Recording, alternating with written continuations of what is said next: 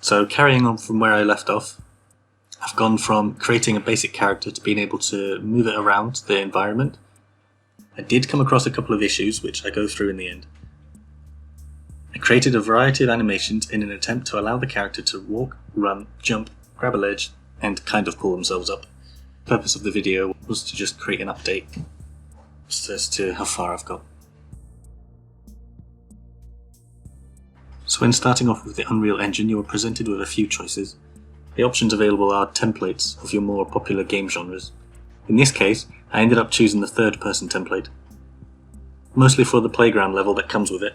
These are just the example templates though, so there is nothing stopping people from turning a third person into a first person later on. Once you've chosen, you go into the Unreal Editor, and from there you get to play around with whatever template example you've chosen. In this example, I have the mannequin to play with that can run and jump in the third person format, but that is all it can do. From here it is up to us to develop it further and so on.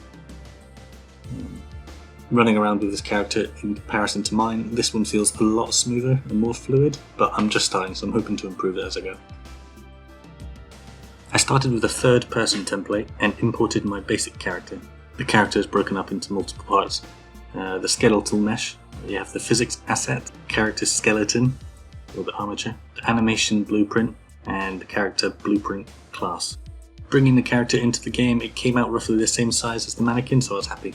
I was worried it would come in either as really tiny or huge.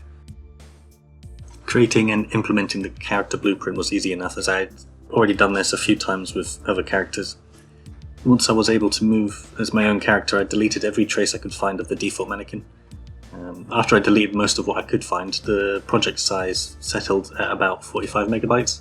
By default, the third person template seems to be about 420 megabytes. I think that was without the starter content.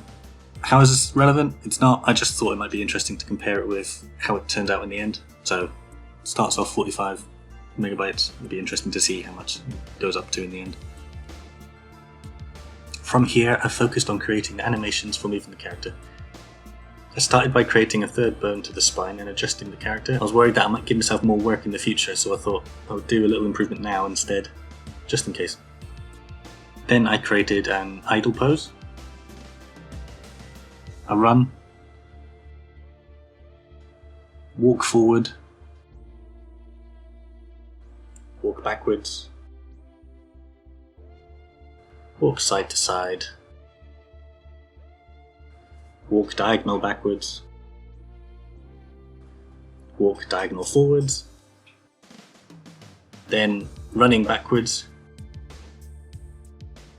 running side to side, running backwards at an angle, running forward angled. Also created a jump. This was attempt number 5, it probably won't be the last. I kept trying to adjust it to make it look better. I think my final attempt was probably the best one so far. Jump fall, a ledge grab, and then finally getting up from the ledge.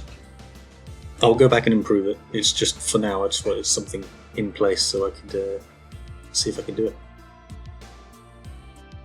I wanted to create everything myself, and I want my main focus to be on gameplay. Being able to animate will hopefully let me be able to come out with some original animations. With all the animations so far, the total creation time took roughly 14 hours.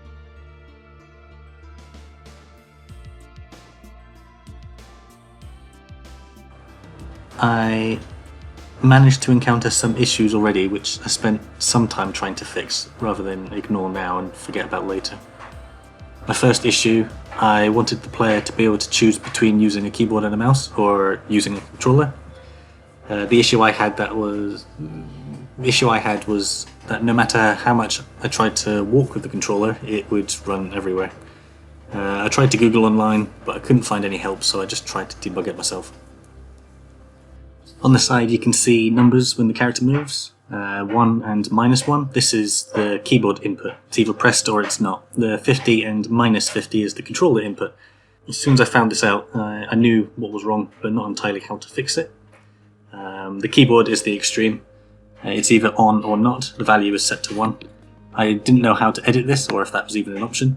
Otherwise, an easy fix would just be to set the keyboard maximum to 50 and minus 50, I imagine. Instead, I came up with a completely complicated way of dividing everything by 50 to allow the controller to stay within the range of 0 to 1. This fixed the controller issue, but now the keyboard was messed up because it was walking everywhere, because it was 1 divided by 50. So whatever I had done, I needed to separate the two. I created a second movement input and separated the keyboard and controller in the hopes the code would look nicer. Turns out that was the fix. Just by having the keyboard and the controller in their own movement inputs must have changed the extreme values. Either way, it worked in the end.